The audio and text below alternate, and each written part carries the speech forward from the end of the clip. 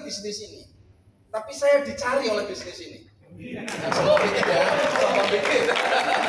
Ya, oke. Jadi ceritanya ini saya dimintai pertemanan Facebook oleh seseorang, ya. Dan usut punya usut ternyata beliau adalah direktur Fountain International di Indonesia ini. Ya, Pak Edi Sarma. Iya. Oke, singkat cerita kita bertemu ya di depan perumahan saya. Kita ngobrol-ngobrol. Katanya Pak Andang, ayo mari kita ngopi. Cocok ya, karena saya memang suka ngopi ya. Selama ini orang juga suka kalau diajak ayo ngopi, walaupun judulnya setelah sampai minum es teh tapi judulnya ngopi-ngopi ya. Nah, pertemuan kami tidak ada unsur bisnis di awal. Kita hanya ngobrol soal ngopi ya. Dicobain kopi, kemudian dicobain susu, dicobain teh tarik ya, dicobain semua ya, yang panas, yang dingin, yang kental, yang cair, kita cobain. Ya, nah yang luar biasa yang saya rasakan, biasanya saya kalau minum kebanyakan kan perutnya jadi nggak enak kan, tapi itu tenang-tenang aja loh, ya. Cuma karena waktu itu saya belum terlalu terbuka, ya saya cuma bilang, gimana pandang kopinya? Lumayan. Ya seperti tadi kalau ditanya, gimana kopinya? Ada yang bilang mantap, tapi ada yang bilang lumayan. Kalau yang bilang lumayan biasanya belum terlalu membuka diri, ya. Oke, tapi terakhir setelah acara ini Anda pasti akan bilang, bagaimana kopinya Pak? Mantap, kan gitu, ya. Oke, obrolan berlanjut sampai akhirnya ada satu omongan beliau yang menggelitik saya. Dia bilang, Pak Andang, saya baru pulang dari Malaysia, oke, terus saya baru mengikuti sebuah acara. Acaranya disebut dengan Visa Fountain International Award ya, Star Award ya, seperti itu. Terus bagaimana maksudnya? Itu didatangi dari berbagai negara, ada 8 negara pandang, oh ya. Terus yang sukses banyak Pak, ditunjukin videonya. Luar biasa, ada mobil-mobil, kemudian ada yang masih diwadain, masih ditutup gitu loh. Ini yang tidak dibungkus berarti sudah dikasih, yang masih bungkusan ini baru dikasih di acara itu. Oke, terus nah, banyak sekali orang naik panggung, Pak. Luar biasa. Beliau katakan seperti itu. Ya. Nah, beliau mengatakan, "Coba Pak Andang, semua kesuksesan itu ada di sana, di Malaysia sana. Saya sebagai orang Indonesia saya tersinggung, Pak." Loh, kenapa? Gak ada satupun orang Indonesia. Saya meraba-raba maksud beliau apa ini kan gitu kan? Maksud beliau apa? Terakhir dia bilang, kalau Pak Andang bersama kami punya jago, salah satu orang Indonesia akan maju di panggung Visa nanti. Seketika Pak, walaupun wajah saya datar gitu kan, seketika itu baju saya nggak sesak gitu kan. Saya bilang, mosok sih saya kok bisa gitu loh. Saya pikir begitu ya. Singkat cerita saya tanya, oke, marketing plan-nya seperti apa? Beliau jelaskan bla bla bla bla bla bla bla bla bla bla bla bla. Otak tidak cerdas, saya langsung bisa nangkep. Simple sekali, mudah dipahami. Saya bilang dalam hati cuma bilang, tapi kok cuma 3 ya gitu kan. Biasanya kalau dikenalkan ada yang 8, ada yang 10, ada yang 14, ada yang 20. Tapi ini cuma 3, langsung paham saya. Ya, singkat cerita pertemuan saat itu selesai, kami pulang, beliau pulang ke hotel. Malamnya, aku juga nggak tahu gitu loh. Kok saya gelisah. Akhirnya buku biru Pak Edi yang dikasihkan ke saya, untuk Pak Edi kasih loh waktu itu. Ya, saya buka-buka malam-malam. Mengganggu perasaan saya. Nggak nyenyak tidurnya Pak, nggak nyenyak.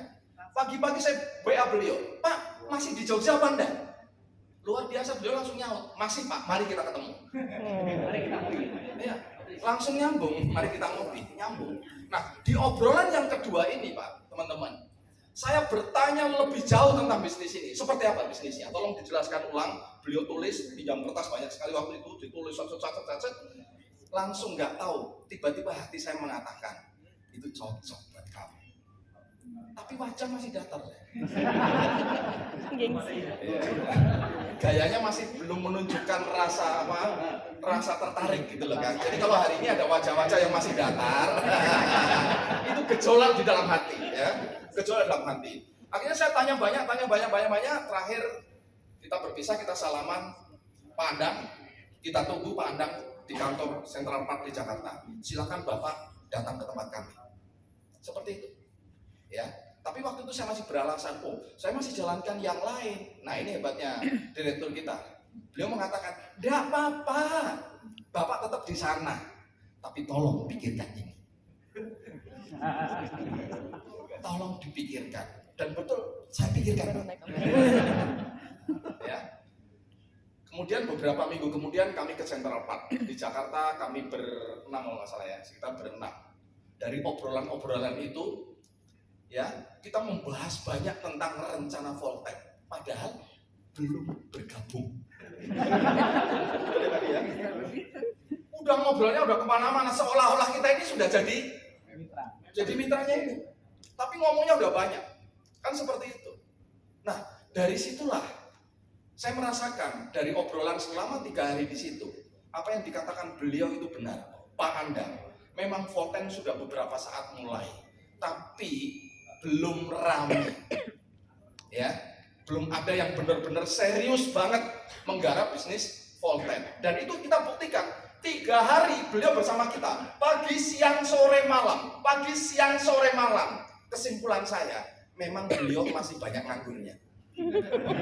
Artinya apa? Memang masih sepi. 3 hari saya naik turun di Central Park itu, di Volten Central Park, nggak ketemu manusia. Kecuali kami ini, luar biasa. Artinya apa? Saya bisik-bisik sama teman saya David dari Jogja. Fit, benar ini masih sepi. Sikat aja kita, ayo masih. Nah, disitulah kami pulang ke Jogja di kereta. Kami semangatnya luar biasa dengan tim saya Pak David. Nah, bisnis saya kemudian semakin lama saya semakin mantap. Nah, untuk mempermantap, ya kita pingin ke Malaysia, bisa nggak ditemukan dengan ownernya? Karena apa? Saya pingin dengar visi dari ownernya. Apa rencana beliau? Apa niat beliau mendirikan bisnis ini? Begitu ketemu, apa kesan kami? Wow. Luar biasa. Wow. Wow, saya ceritakan. Kamu nanya. Bagaimana Lorenzo? Wow. Kita kayak orang kampung, benar-benar udik. Ya. Sampai di sana itu, kita lihat kenapa banyak mobil bagus di depan kantor itu ya kan? Wah, ada Lamborghini, ada Porsche, waduh luar biasa ini. Akhirnya kita foto-foto, wah. Kita lupa benar-benar gaya, memang kampungan sekali benar. Ya.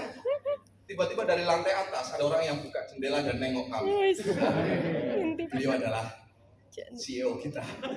Dengan sabar menunggu kedatangan kita. Begitu ketemu CEO, kami langsung dapat kesan pertama yang luar biasa. Ini orang sukses besar, tapi tidak sombong sekali dan memperlakukan kami tamu dengan sangat luar biasa. Ya, pertama. Saya ajak istri saya. Kenapa? Karena saya ingin istri saya sama-sama untuk melihat secara langsung. Saya ingin dapat dukungan total dari istri saya. Istri saya bilang, enggak, Bapak aja yang berangkat. Enggak, Mama harus ikut. Ya, kalau di sana ada keraguan, kita batal jalankan bisnis Volten. Saya sampai begitu sama istri saya. Kalau kamu datang dan kamu merasakan ada keraguan di sana, kita batal jalankan bisnis ini. Tapi sampai sana, hari pertama masuk kamar, ya, istri saya bilang begini, Pak, luar biasa. Luar biasa. Luar biasa. Oke. Ini kan baru masuk kamar. Anda udah berpikiran yang macam-macam. Oke kan baru masuk kamar ya. Luar biasa. Beliau terkesan sekali dengan ownernya. Ya, beliau sangat rendah hati. Luar biasa pokoknya, ya. Kemudian setelah beliau menceritakan segala hal, kami bertanya apa yang perlu kami tanyakan. Tapi salah satu jawaban beliau yang membuat saya menarik. Saya bertanya begini, Pak Ismail, Pak Tuan Ismail, apa niat Bapak ya membuat perusahaan ini? Nah, beliau itu adalah leader besar yang sangat sukses besar di perusahaan network marketing sebelumnya. Beliau cerita, banyak bisnis jaringan itu yang sukses cuma sedikit. Kenapa? Karena terlalu banyak syarat ini itu, betul nggak? Sehingga hanya sedikit saja orang yang berhasil. Nah, saya bikin Volten ini supaya mana-mana yang sulit di tempat lain, di sini tak ada. Dia bilang gitu. Ya, Malaysia dikit ya.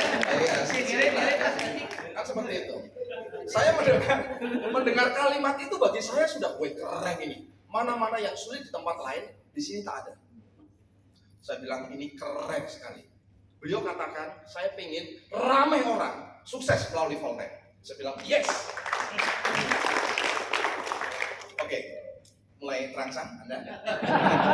Ya, kalau mulai terangsang saya lanjutkan.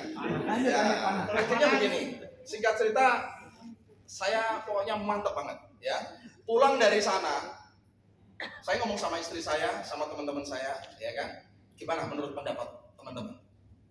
Mereka bilang seperti ini, Pak, tidak ada keraguan sedikit pun. Gimana kamu? Mantap sekali, Pak. Piye? Oh. Sip, istri saya, gas, Pak. Oh, beres. Jadi sejak saat itu kami putuskan untuk totalitas jalankan Voltaire. Bagaimana dengan yang lain? Saya lupakan. Saya fokus di bisnis Voltaire. Walaupun di sana sebetulnya masih banyak, ya, uang yang saya tinggalkan, tapi saya fokus di sini karena saya yakin di sini kita bisa meraih kesuksesan jauh lebih cepat secara luar biasa. Nah, hari ini saya akan jelaskan kepada Anda. Saya bersemangat begini pasti ada alasannya dong. Ya, pasti ada alasannya. Ya, kenapa saya begitu yakin sekali mengajak orang lain? Karena apa? Standarnya bukan saya. Kalau saya sukses, bukan saya mau sombong ya. Lebih dari separuh hidup saya itu ada di bisnis ini. Dari saya nggak bisa ngomong, sampai ngomong susah dihentikan.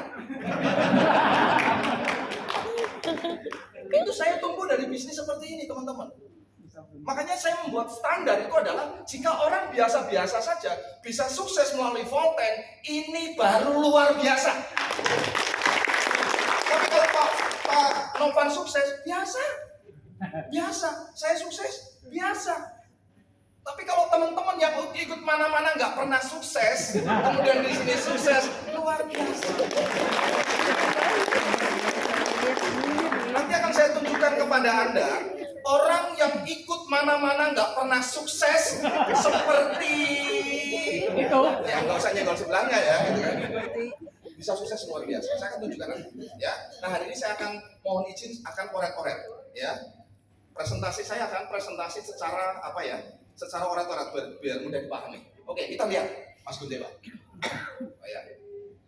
Nah, yang langsung pakai blender.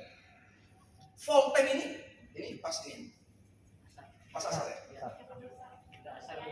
Ya, kita stop dulu sebentar ya.